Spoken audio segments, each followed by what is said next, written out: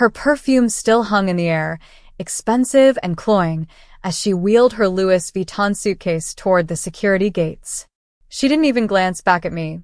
15 years old, one small duffel bag clutched to my chest, tears barely contained. She stopped only once, to adjust her sunglasses and toss a last, casual dagger at me. You'll figure out. That was it. No hug. No plan. No goodbye. My name is Madison. And from wherever you're watching this, stay with me. Have you ever been left behind by the person who is supposed to love you the most?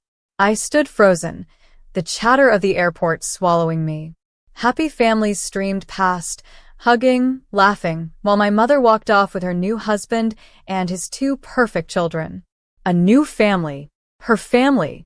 I was nothing more than baggage. She didn't want to pay to check. My hands were shaking so hard I nearly dropped my phone. I had $47. No ticket home. No plan. For a minute, I thought I might faint. Then I remembered a name I'd buried for years, a name my mother spit like poison every time she talked about him. My father. She told me he was worthless, that he'd abandoned us, that he'd never wanted me. But in that moment, standing alone in a departure terminal that smelled like coffee and stale air, I needed to take that chance. I found the number in an old message thread, hands trembling as I dialed. It rang once, twice. Then a deep, steady voice answered. Madison? My knees nearly gave out. Dad, I choked, tears breaking free. Please help me. There was a pause. Just breathing. Then a calm I'd never heard before. Tell me exactly where you are. I'm on my way. Hours later, as dusk bled into the airport windows, I heard a roar outside, and people rushing to the glass in awe. A sleek private jet, engines humming like a predator, landed on the small runway. And then he stepped out. Tall, dark suit, eyes that matched mine so perfectly it hurt. He opened his arms. Madison, he called, voice breaking. I ran. I ran into a father's hug I hadn't felt in a decade, warm and safe and unshakable. And in that moment I knew, the woman who abandoned me had no idea what kind of storm she'd just created. The jet cabin was so quiet I could hear my own breath, still ragged from crying. My father sat across from me, watching with a gaze that felt like both a question and a promise. You're safe now, he said, voice steady, grounded. Safe. That word nearly made me collapse all over again. I tried to gather myself, wiping tears with the back of my hand. She just left me, I whispered, like I was nothing. His jaw clenched, a dangerous flash in his eyes. She always was selfish, he said low. But this? Abandoning you in an airport? That I will not forgive. We took off, the private jet gliding through the night like something out of a dream. I felt a wild, dizzying relief. No cramped seats, no crying in a public bathroom, no apologizing to strangers for existing. My father leaned forward. You're coming home with me, Madison. For good. Home. That word felt so foreign on my tongue. I don't have anything, I said, my voice cracking. He smiled, heartbreak softening the sharp lines of his face. You have me. The tears started again, unstoppable this time. We landed a few hours later at a private hangar surrounded by sleek cars and security guards who nodded respectfully at my father. As he led me down the steps of the jet, I realized he was someone powerful, someone who had waited all this time for a reason to fight. He guided me to a waiting SUV, the smell of leather and cedar wrapping around me like safety. Madison, he said gently once the doors closed, we're going to make this right. But on our terms. My mind flashed to my mother's cold smile, her hand around her new husband's arm, walking off without a shred of guilt. What about her? I asked, voice tiny but trembling with something stronger than fear, rage. My father's expression turned lethal. Don't worry, he said. When she gets back, she'll learn exactly what it means to abandon her own blood. I sat back against the seat, the tears finally stopping, my heart beginning to heal in tiny, fragile beats. For the first time in my life, I wasn't alone. And when she returned from her precious vacation, she was going to find out what it felt like to be left with nothing. The days that followed felt like stepping into another world, a world my mother had sworn didn't exist. My father's house was all stone and glass perched high above the city, a view so powerful it made me feel like I could see my whole life laid out below. There were staff who called me miss, who smiled without pity. A soft bed, warm food, people who asked what I needed instead of what I could give them. My father stayed close, never pushing, never scolding.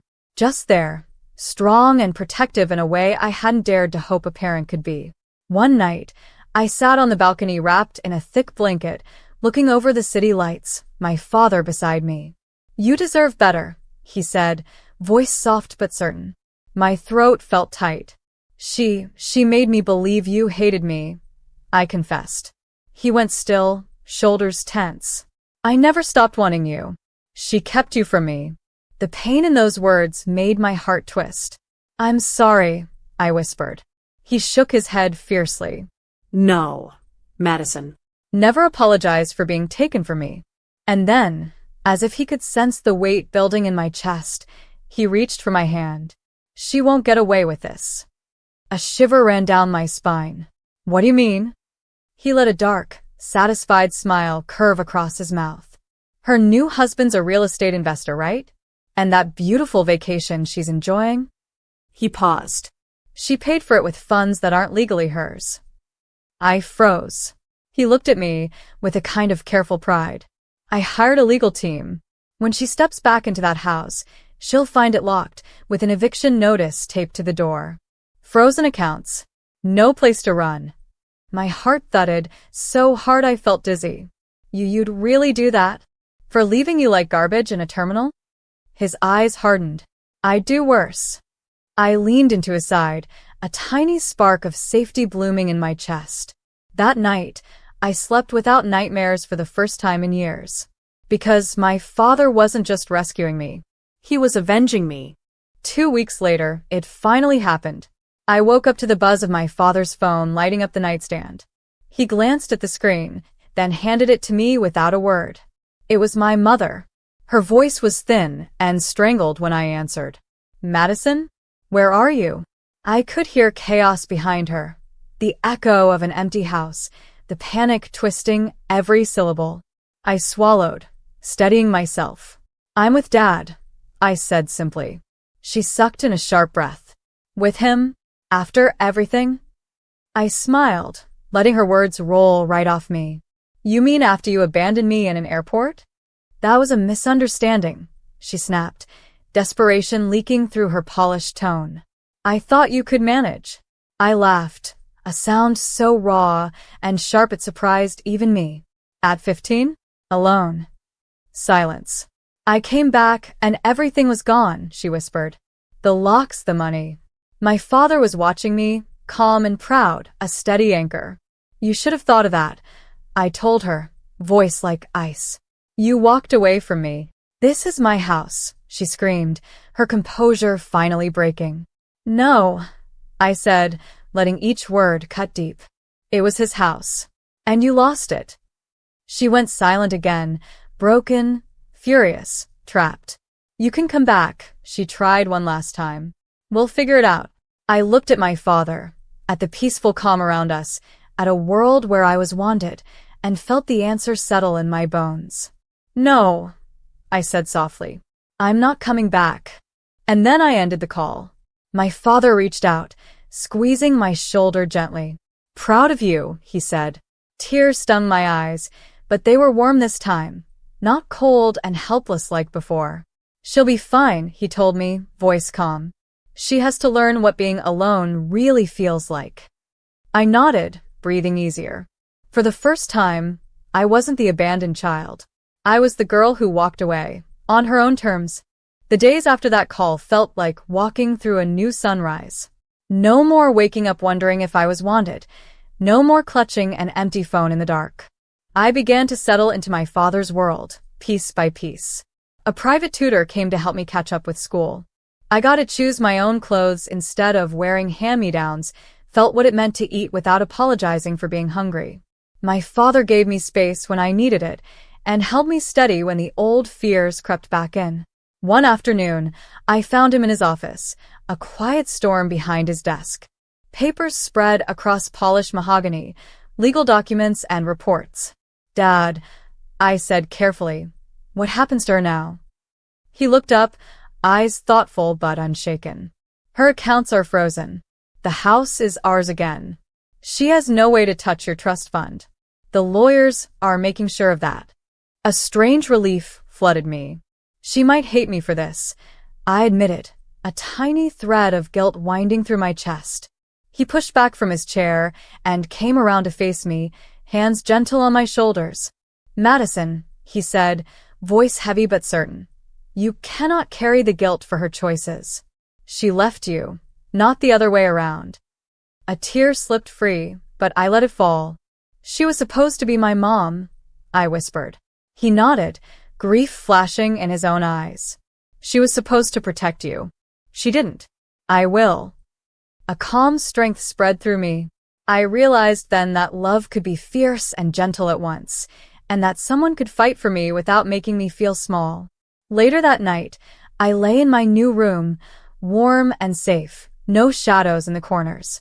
I scrolled through old photos on my phone, pictures of birthdays where my mother smiled too wide, parties where I stood off to the side.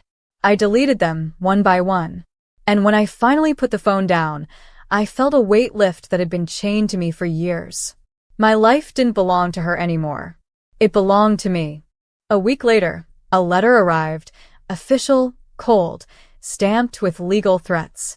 My mother's name scrawled across the bottom, dripping with false outrage. She was contesting the eviction, claiming emotional harm, claiming I'd been brainwashed. I almost laughed reading it.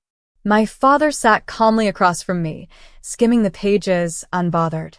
"This is desperation," he said flatly. "She has nothing." I exhaled, relief mixing with a strange ache. Why won't she just let go? His eyes were steady, unshakable. "Because she's losing power, and people like her don't know how to live without it." The lawyers were swift, sharp, methodical. Within 2 days, they had shut down every claim she'd tried to make, leaving her letters nothing more than worthless threats. When I came down to breakfast the next morning, Dad was reading the news on his tablet, a small, satisfied grin on his face. "It's over," he told me. "Legally and financially. She can't touch you. Ever again." The quiet around me felt impossibly huge, like stepping into a cathedral of freedom. I sat down across from him, spoon stirring cereal that suddenly tasted better than any luxury meal I'd ever had. "Thank you," I whispered. His gaze softened. "No, Madison. Thank you for surviving, for trusting me to bring you home." I swallowed hard, emotion catching in my throat. He reached for my hand across the table, steady and strong. "You're safe now," he repeated like a vow. That night, I stood on the balcony, looking at the city sparkling below, and thought about her, my mother, sitting somewhere alone, the walls closing in on her, learning what abandonment really felt like. And somehow I didn't feel cruel. I felt clean, because I hadn't ruined her. She had done that all by herself. And now, I was free to build something better, something that could never be torn apart by anyone's selfishness again. Spring crept in quietly, soft breezes replacing the sharp winter air. I'd started classes again, this time at a school that actually cared about my future. My father made sure I had the best teachers, the best counselors, the best chance. Slowly, I learned how to laugh without flinching. Sometimes I caught myself reaching for my phone, expecting a cruel text from my mother, but then remembered she couldn't reach me anymore. That realization felt like a second heartbeat, steady and strong. One afternoon, after class, I walked into my father's office to find him on the phone, calm as ever. "Yes," he was saying, "she has no legal claim and she knows it. Let her scream." He saw me in the doorway and ended the call with a quiet, final click. "She's trying again?" I asked, a small spark of old fear stirring. He nodded, but a smile played on his lips. "Letters. Useless threats. Nothing that can touch you." I let out a breath I didn't know I'd been holding. She doesn't get to own you anymore, Madison, he reminded me gently. Not your heart. Not your story. I stepped closer, hugging him tight, burying my face against the familiar scent of cedar and something safe. Thank you, I whispered again. He pulled back, eyes warm. You did this, you know. You survived.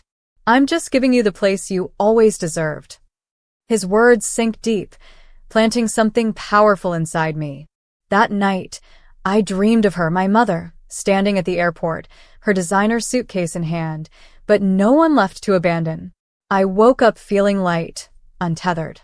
I was no longer the girl she'd left behind. I was the girl who had rebuilt herself. The girl who had chosen love, real love, over her mother's shallow, rotting version of it. And that truth was worth more than any revenge could ever be. The morning was warm, sunlight spilling over the marble floors like forgiveness. I stood by my bedroom window, looking out at the life I'd built piece by piece, far from the poison she'd left me drowning in. My father tapped on the door, smiling. Ready? I nodded, slipping on my jacket, calm and sure. Today was the court hearing, the final chance my mother had to twist the story. But there was no fear left in me, only certainty. We drove together, silent, the quiet between us filled with an unspoken strength. When I stepped into the courthouse, I saw her sitting on a bench, alone, looking smaller than I'd ever seen her. No perfect husband, no shiny kids, just a woman who'd burned everything down around herself. Our eyes met. Something in her face cracked. Madison, she said, voice brittle. We can still fix this. I held up a hand, steady. No, I told her, letting every bit of calm pour through me. I'm done. Her mouth fell open, but the bailiff was already calling my name, already confirming what my father's lawyers had proven. She had no rights to my trust, no rights to me, no rights at all. She tried to follow me out of the courtroom, but security stopped her. I looked back once, saw her reaching for me, and felt nothing. No hate, no pain, nothing. Because she was a ghost now. Back in the car, my father squeezed my hand. How do you feel? I took a deep breath, letting it fill every corner of me. Clean and bright. Free, I said. He smiled, pride and love shining so clear it almost hurt. Then that's all that matters. As we pulled away, I looked out at the world rolling past the window. Wide, open, waiting for me. I wasn't the girl left at an airport anymore. I was the girl who